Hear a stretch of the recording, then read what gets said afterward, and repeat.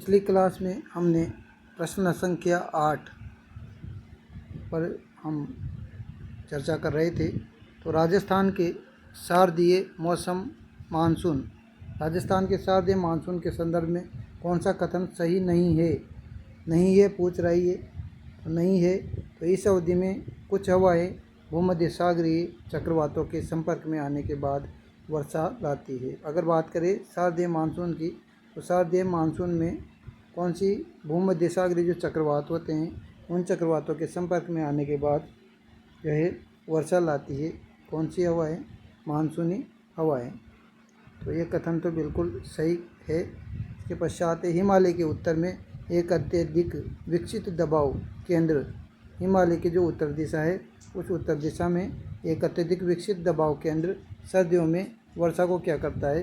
प्रभावित करता है। तो दबाव जो केंद्र है वो सर्दियों में वर्षा को प्रभावित करता है। ये भी कथन बिल्कुल सही है। तीसरा कथन है समुद्री उच्च दबाव क्षेत्र से स्थलीय निम्न दबाव क्षेत्र की ओर हवाएं चलने लगती है। उच्च दबाव क्षेत्र से स्थलीय निम्न दबाव की क्षेत्र की ओर हवाएं चलने लगती है जिससे बारिश होती है। तो ये कथन क्या हो जाएगा? ये कथन गलत हो जाएगा। इस अवधि में हवाएं सामान्यतः शुष्क होती है, बिल्कुल सही बात है। तो उत्तर नंबर सी हो जाएगा। क्यों होगा? देखो, पश्चिमी विक्षोभ से जुड़ी प्रणालियां उत्तर और पश्चिम भारत में शीतकालीन वर्षा देती है। कौन सी? पश्चिमी विक्षोभ से जुड़ी हुई प्रणालियां उत्तर और पश्चिम दिशा में, और राजस्थान जो है भारत के उत्तर और पश्चिम दिशा में स्थित है। तो पश्चिमी विक्षोभ से जुड़ी प्रणालियां निश्चित रूप से शीतकालीन वर्षा की जानकारी देगी। और अगर बात करें हिमालय की, तो हिमालय क्षेत्र के दबाव की वजह से और पश्चिमी विक्षोभ की वजह से शीतकालीन मौसम को क्या करते हैं? ये शीतकालीन मौसम को प्रभावित करते हैं, हिमालय क्षेत्र का दबाव और पश्चिमी विक्षोभ। सी कथन ही गलत है, क्योंकि शीतकालीन मानसून की प्रक्रिया को इस प्रकार समुद्र से लेकर के स्थल की ओर सामान्य हवाओं के रूप में नहीं समझाया जा सकता। और उत्तर नंबर डी ये तो सही है। सही, राजस्थान में शीतकालीन हवाएं सामान्यतः शुष्क रहती है। तो शीतकालीन हवाएं बिल्कुल शुष्क रहती है, ये भी सही है। तो उत्तर हो जाएगा सी। असत्य कथन पूछा गया है तो असत्य कथन हो जाएगा। सरिस्का नेशनल पार्क मुख्यतः किसके लिए प्रसिद्ध है? तो साइबेरियन क्रेन के लिए ये जाना जाता है। सरिस्का नेशनल पार्क मुख्यतः किसके लिए प्रसिद्ध है? सरिस्का पूछा गया है, सॉरी। सरिस्का नेशनल पार्क जो है वो रॉयल बंगाल टाइगर के लिए प्रसिद्ध है। रॉयल बंगाल टाइगर के लिए, क्योंकि साइबेरियन क्रेन जो पक्षी है, साइबेरियन सारस, वो तो केवलादेव घना पक्षी अभ्यारण्य से जुड़ी हुई है। और सरिस्का बाघ अभ्यारण्य रॉयल बंगाल टाइगर के लिए प्रसिद्ध है। और एशियाटिक लोयन का प्रमुख प्राकृतिक आवास गिर नेशनल पार्क गुजरात में है। वहाँ पर एशिया का शेर प्रमुख रूप से पाया जाता है। तो एशियाटिक लोयन तो गिर गुजरात में है, जबकि सरिस्का बाघ अभ्यारण्य में रॉयल बंगाल टाइगर देखने को मिलेगा। और साइबेरियन जो क्रेन है वो आपको केवलादेव घना पक्षी अभ्यारण्य में देखने को मिलेगी। तेंदुआ गलत हो जाएगा, ठीक है। पहचान किससे मानी जाती है? सरिस्का की बाघों से। लाल और पीली मिट्टी से संबंधित निम्न कथनों में से सही विकल्प चुनें। कथन दे रखा है लाल पीली मिट्टी सवाई माधोपुर, सिरोही, राजसमंद, उदयपुर और भीलवाड़ा जिलों के हिस्सों में पाई जाती है। कौन सी मिट्टी? लाल और पीली मिट्टी। दूसरा कथन है लाल और पीली मिट्टी मूंगफली और कपास की खेती के लिए उपयुक्त है। तो लगभग दोनों कथन सत्य प्रतीत हो रहे हैं। तो उत्तर देख लेते हैं अपन। उत्तर नंबर बी कथन है। कथन 1 और कथन 2 दोनों क्या है? बिल्कुल सत्य हैं। तो बी लाल और पीली मिट्टी दक्षिणी पूर्वी या फिर दक्षिणी राजस्थान के कई भागों में मिलती है, और कुछ क्षेत्रों में मूंगफली और कपास जैसी फसलों के लिए लाल और पीली मिट्टी उपयुक्त होती है। सीट स्नातक स्तर 28/9/2024 फर्स्ट शिफ्ट का पेपर, तो उसका जो पहला प्रश्न है, देखें, निम्नलिखित में से कौन सा कथन राजस्थान के शारदीय मानसून के संदर्भ में सही नहीं है? तो शारदीय उत्पत्ति के कारण हवाएं शुष्क होती है जिससे वर्षा प्रभावित होती है। दूसरा ऑप्शन है इस अवधि में कुछ हवाएं भूमध्य सागरीय चक्रवातों के संपर्क में आने के बाद वर्षा लाती है। तीसरा, हिमालय के उत्तर में एक अत्यधिक विकसित दबाव केंद्र सर्दियों में वर्षा को प्रभावित करता है। तो यह कथन तो बिल्कुल सही है। समुद्री उच्च दबाव क्षेत्र से स्थलीय निम्न दबाव क्षेत्र की ओर हवाएं चलने लगती है, जिससे बारिश होती है। तो ये वाला प्रश्न पहले भी आ चुका है, दोबारा पूछा गया था पेपर में, तो उत्तर हो जाएगा डी। क्योंकि शीतकाल में राजस्थान की हवाएं सामान्यतः शुष्क होती है और पश्चिमी विक्षोभ के कारण उत्तर और पश्चिम भारत में वर्षा हो सकती है। दबाव तंत्र पश्चिमी विक्षोभ शीतकालीन वर्षा को क्या करता है, बिल्कुल प्रभावित करता है, और जो है मानसून की सामान्य ग्रीष्मकालीन समुद्र से स्थल प्रक्रिया नहीं होती है। राजस्थान की किस झील में मेंथा नदी जो है मेढा या मेंथा नदी विलय हो जाती है? तो उत्तर हो जाएगा अपना सांभर झील। सांभर झील, पिछोला झील, डिडवाना झील, आना सागर झील। उत्तर है सांभर झील। सांभर झील सही है। मेढा या मेंथा नदी सांभर झील में गिरने वाली प्रमुख नदियों में से है। पिछोला झील उदयपुर में है, डिडवाना नागौर में है और खारे पानी की झील है, जबकि पिछोला झील मीठे पानी की झील है। आना सागर झील अजमेर में है। तो जवाहर सागर बांध किस नदी पर बनाया गया है? उत्तर हो जाएगा चंबल नदी पर। तो उत्तर देखो, जवाहर सागर बांध चंबल नदी पर बनाया गया है।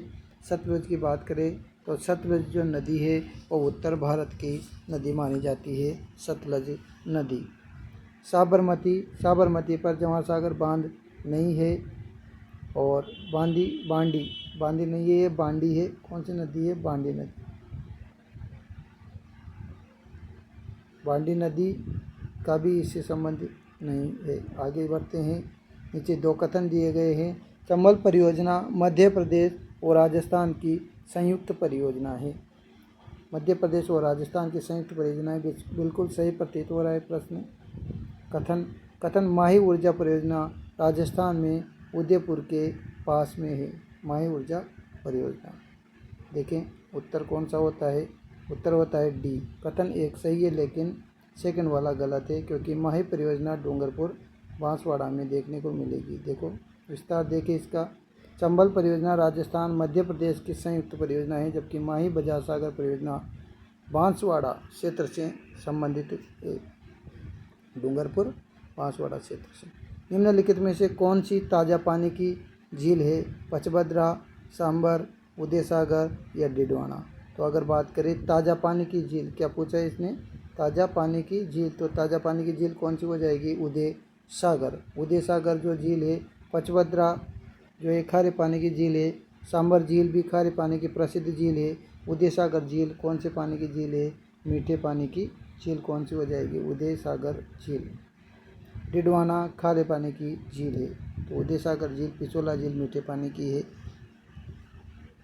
राजस्थान की चौका प्रणाली का मुख्य उद्देश्य क्या है? चौका प्रणाली, तो चौका प्रणाली देखें आप। प्रश्न बहुत ही अच्छा प्रश्न है। चौका प्रणाली किसे कहा गया है? राजस्थान में भोजन प्रणाली का प्रबंधन करना। दूसरा, मधुमक्खी पालकों को सहयोग करना। तीसरा, पशुपालन को बढ़ाना। और चौथा, पानी की कम उपलब्धता वाले क्षेत्रों में पानी के संसाधनों का प्रबंधन करना। तो उत्तर हो जाएगा चौथा वाला। चौका प्रणाली किसे कहा जाता है? पानी की कम उपलब्धता वाले जो क्षेत्र हैं उनमें पानी के संसाधनों का प्रबंधन करना। तो चौका प्रणाली खाद्य प्रबंधन से संबंधित नहीं है। तो चौका प्रणाली जल संरक्षण और वर्षा जल के बेहतर उपयोग से संबंधित है। चौका प्रणाली। राजस्थान के थार रेगिस्तान में सामान्यतः खाली जगह के लिए टांका एक पारंपरिक तकनीक है। टांका किसके लिए बनाया जाता है थार के रेगिस्तान में? कृषि औद्योगिक कार्यप्रणाली के लिए, कृषि के लिए, वर्षा जल संग्रहण के लिए या पशुपालन के लिए? उत्तर हो जाएगा वर्षा जल संग्रहण के लिए। क्यों? क्योंकि टांका भूमिगत निर्मित जल संग्रहण संरचना है, जिसमें वर्षा जल सुरक्षित किया जाता है। राजस्थान के सूखे टीक के जंगलों के संदर्भ में कौन सा कथन सही नहीं है? सूखे जो टीक है उनके संदर्भ में जो है जंगलों के संदर्भ में कौन सा कथन ठीक नहीं, मतलब टीक के जो वृक्ष हैं उनसे क्या क्या होता है। देखो कौन सा कथन गलत है। टीक की लकड़ी व्यावसायिक रूप से उपयोगी है और फर्नीचर दरवाज़ों की चौखट आदि में प्रयोग होती है। अगला ऑप्शन है, ये जंगल राज्य के दक्षिणी और दक्षिणी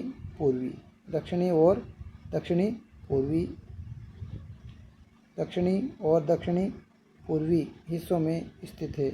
पहला तो फर्नीचर दरवाज़ों की चौखट में प्रयोग होती नहीं होती, और राज्य के दक्षिण और दक्षिण पूर्वी हिस्सों में पाए जाते नहीं पाए जाते।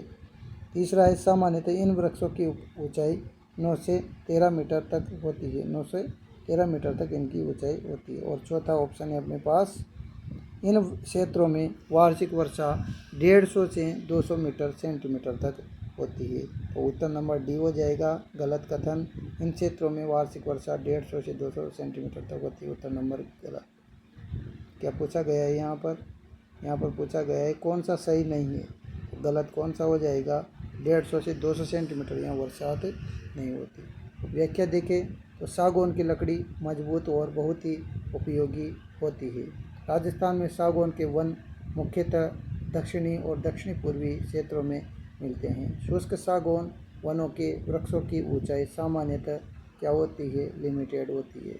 शुष्क सागवान के जो वृक्ष होते हैं उनकी जो ऊंचाई होती है वो क्या होती है, वह उनकी ऊंचाई लिमिटेड होती है। ठीक है।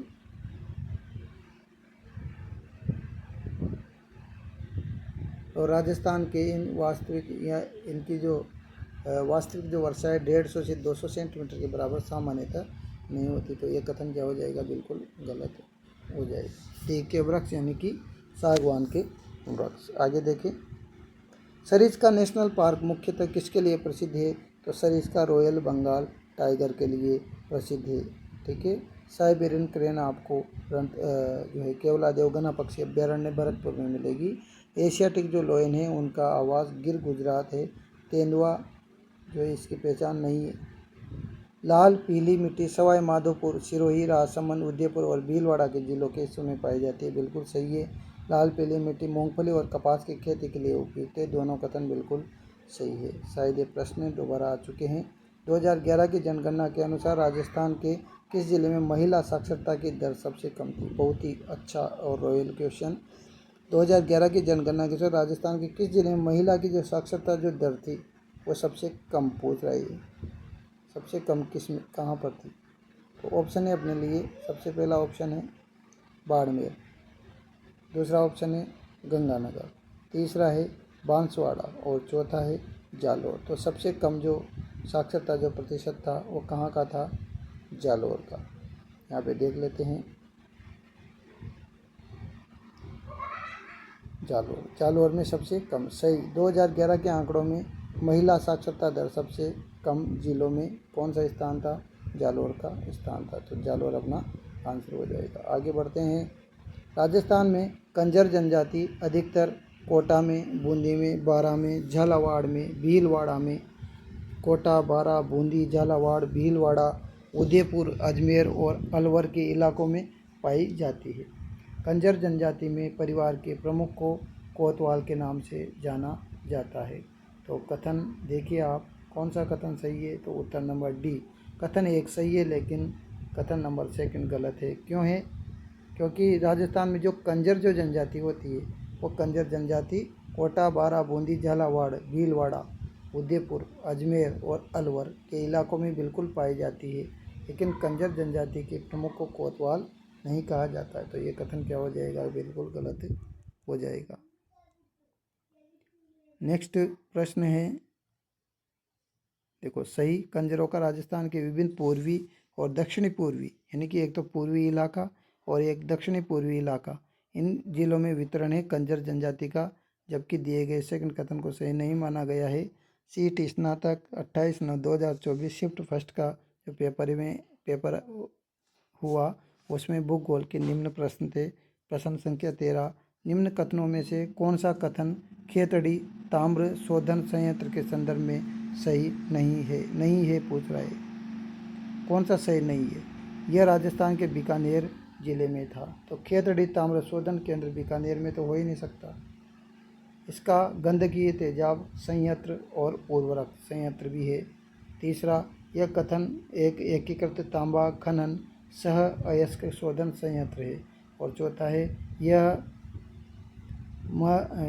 मलंज खंड तांबा खदान से तांबा अयस्क प्राप्त करता है। तो उत्तर नंबर 1 हो जाएगा, क्योंकि खेतड़ी कहाँ पर है? झुंझुनू में।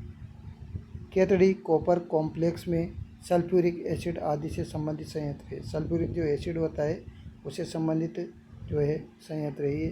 तांबा खनन और प्रसंस्करण से संबंधित प्रमुख औद्योगिक परिसर है। और लंजखंड से प्राप्त तांबा अयस्क का भी औद्योगिक उपयोग किया जाता है। अब CET स्नातक स्तर 28/9/2024 शिफ्ट सेकंड का पेपर है। नीचे 2 कथन दिए गए हैं। पहला कथन है, बंगाल की खाड़ी और अरब सागर के मानसून से राजस्थान में वर्षा होती है। ये तो बिल्कुल एकदम सही है।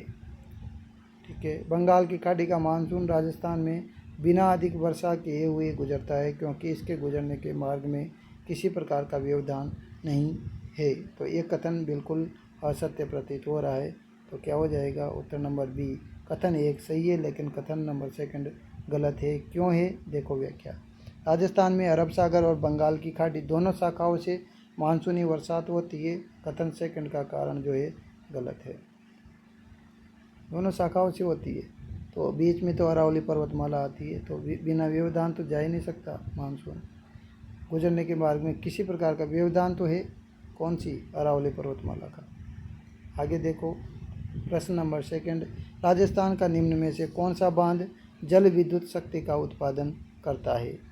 जल विद्युत पानी से क्या बनाना? विद्युत। पहला है, राजस्थान का पूछ रहा है, माही बजाज सागर बांध, जवाई बांध, स्वरूप सागर बांध और मेजा बांध। तो बात करते हैं अपन माही बजाज सागर बांध की। तो उत्तर हो जाएगा माही बजाज सागर बांध। माही बजाज सागर बांध बांसवाड़ा क्षेत्र में जल से विद्युत उत्पादन के लिए प्रसिद्ध है। जबकि जवाई जो बांध है उससे जो है क्या होती है? सिंचाई की जाती है और जल आपूर्ति की जाती है जवाई बांध से। आगे बढ़ते हैं। स्वरूप सागर कहाँ पर है? उदयपुर में है। स्वरूप सागर बांध कहाँ पर है? उदयपुर में है, और ये जल व्यवस्था से संबंधित है। अगला है, मेजा बांध कोठारी नदी पर बनाया गया है। जल संरक्षण के लिए और सिंचाई के लिए प्रमुख है। तो जल से विद्युत माही बजाज सागर बांध बांसवाड़ा। इंदिरा गांधी नहर परियोजना के प्रथम चरण में निम्नलिखित में से कौन सा क्षेत्र शामिल नहीं था? प्रथम चरण में कौन सा क्षेत्र शामिल नहीं था? हनुमानगढ़, बीकानेर, बाड़मेर, गंगानगर। उत्तर हो जाएगा बाड़मेर, क्योंकि इसका जो है लास्ट में नंबर आया। हनुमानगढ़ प्रथम चरण से संबंधित रहा। बीकानेर प्रथम चरण से जुड़ा हुआ है। गंगानगर प्रमुख रूप से लाभान्वित क्षेत्र ही कौन सा है? गंगानगर है। तो बाड़मेर गलत हो जाएगा। किस शहर को राजस्थान का खाद्य टोकरा के नाम से जाना जाता है? तो श्री गंगानगर को खाद्य टोकरा के नाम से जाना जाता है। बीकानेर की बात करें तो बीकानेर में नमकीन मिलेंगे आपको, ऊन मिलेगी। अजमेर की बात करें, अजमेर धार्मिक और ऐतिहासिक पर्यटन के लिए प्रसिद्ध है। अलवर की बात करें तो अलवर में आपको दूध मिलेगा और कृषि उत्पादन के लिए ये महत्वपूर्ण है अलवर।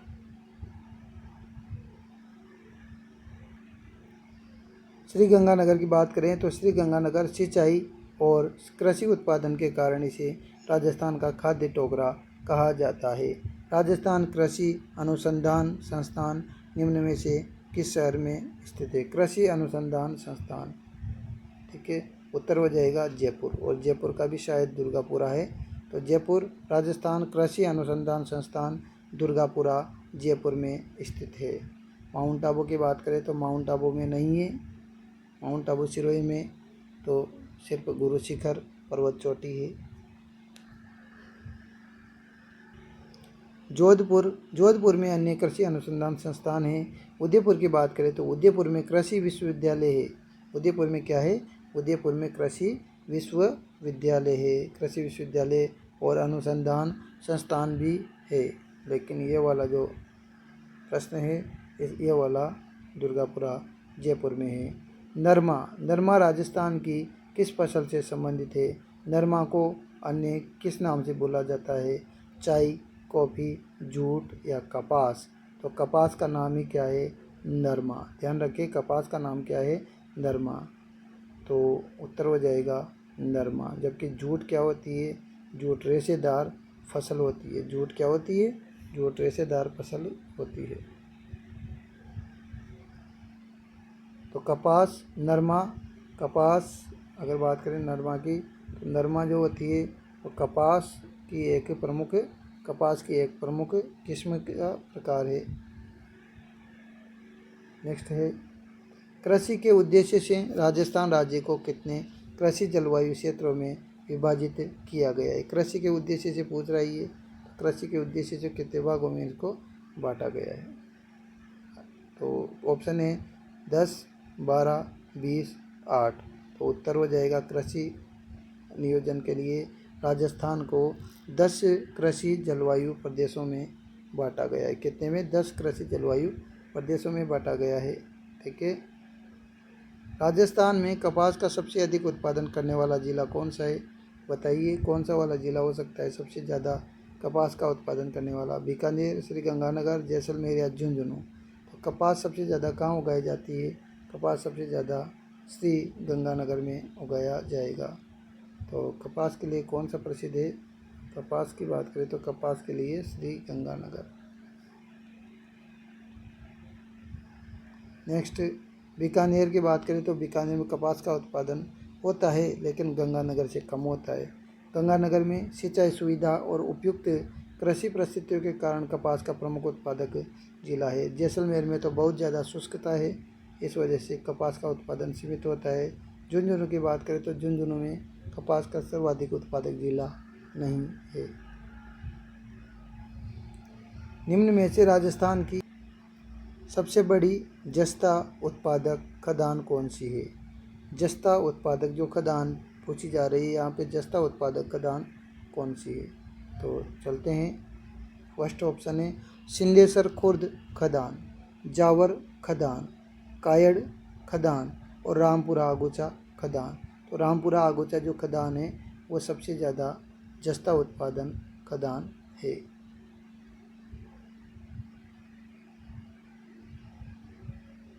तो उत्तर हो जाएगा रामपुरा आगोचा। विस्तृत वर्णन देखो, भीलवाड़ा की कहाँ के? रामपुरा आगोचा भीलवाड़ा की खदान रामपुरा आगोचा पूरे विश्व के प्रमुख जस्ता सीसा भंडारों में, यानी कि पूरे विश्व के प्रमुख सीसा जस्ता भंडारों में से एक है। राजस्थान की सबसे बड़ी जस्ता उत्पादक खदान के रूप में रामपुरा आगोचा, गुलाबपुरा, भीलवाड़ा प्रसिद्ध है। Dholpur combined cycle power station निम्नलिखित में से किसके द्वारा संचालित है? Dholpur combined cycle power station किसके द्वारा संचालित है? ऑप्शन है ए राजस्थान राज्य विद्युत उत्पादन निगम लिमिटेड, अडानी पावर खवाई के द्वारा। Dholpur combined cycle power station Rajasthan राज्य विद्युत उत्पादन निगम लिमिटेड के द्वारा, अडानी पावर खवाई के द्वारा, नेवेली लिग्नाइट निगम भारत लिमिटेड के द्वारा या राजस्थान राज्य खदान और खनिज लिमिटेड के द्वारा। तो राजस्थान राज्य विद्युत उत्पादन लिमिटेड के द्वारा Dholpur combined cycle power station संचालित है। विस्तृत व्याख्या देखो, Dholpur combined cycle power station Rajasthan राज्य विद्युत उत्पादन निगम लिमिटेड से संबंधित है।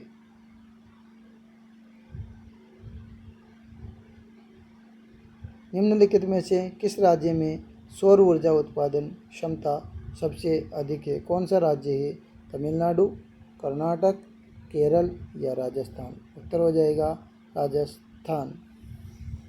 तमिलनाडु सौर ऊर्जा में अग्रणी राज्यों में है, लेकिन प्रश्न के अनुसार राजस्थान आगे है। कर्नाटक में विशाल सौर ऊर्जा क्षमता है, कर्नाटक में भी। केरल में सीमित भूमि है और भौगोलिक परिस्थितियों के कारण क्षमता कम है। राजस्थान विशाल मरुस्थलीय भूमि और उच्च सौर विकिरण के कारण राजस्थान भारत का प्रमुख जो है सौर ऊर्जा केंद्र है। सबसे ज़्यादा सौर विकिरण राजस्थान में आती है। अगला प्रश्न है निम्नलिखित में से कौन सा पर्यटन केंद्र बाड़मेर के पास स्थित है? बाड़मेर के पास सम के रेत के टीले, किराड़ू मंदिर, शेरगढ़ किला या नाटानियों की हवेली। तो किराड़ू मंदिर बाड़मेर। सम के रेत के टीले, सम के धोरे जैसलमेर के पास है। किराड़ू मंदिर बाड़मेर जिले में स्थित प्रसिद्ध ऐतिहासिक और स्थापत्य स्थल है। शेरगढ़ का किला यह बाड़मेर का प्रमुख निकटतम विकल्प नहीं है। नाटानियों की हवेली कहाँ पर है? नाटानियों की हवेली जो है आपको कहाँ पर मिलेगी? उदयपुर में। कहाँ पर मिलेगी नाटानियों की हवेली? उदयपुर में। ध्यान रखें, नाटानियों की हवेली उदयपुर। निम्नलिखित पर्यटन केंद्रों में से कौन सा अजमेर के पास स्थित नहीं है? कौन सा अजमेर के पास स्थित नहीं है? पहला ऑप्शन है गुलाब बाग, तारागढ़, दौलत बाग या आना सागर। तो उत्तर हो जाएगा गुलाब बाग। तारागढ़ अजमेर, दौलत बाग अजमेर, आना सागर अजमेर। गुलाब बाग उदयपुर में है, अजमेर में नहीं होकर के गुलाब बाग कहाँ पर है? उदयपुर में। गुलाब बाग उदयपुर में है, अजमेर के पास में नहीं है। तारागढ़ का किला अजमेर में है, दौलत बाग अजमेर में है, आना सागर से संबंधित है। आना सागर जो है अजमेर की प्रसिद्ध झील है। इस प्रकार से अपने CET में आए हुए राजस्थान की भूगोल से संबंधित प्रश्नों की समाप्ति होती है। वीडियो देखने के लिए आपका धन्यवाद। इसके पश्चात हम आपके लिए नई क्लास में उपस्थित होंगे नए टॉपिक के साथ जो CET से संबंधित है। वीडियो देखने के लिए आपका बहुत बहुत धन्यवाद। Thank you.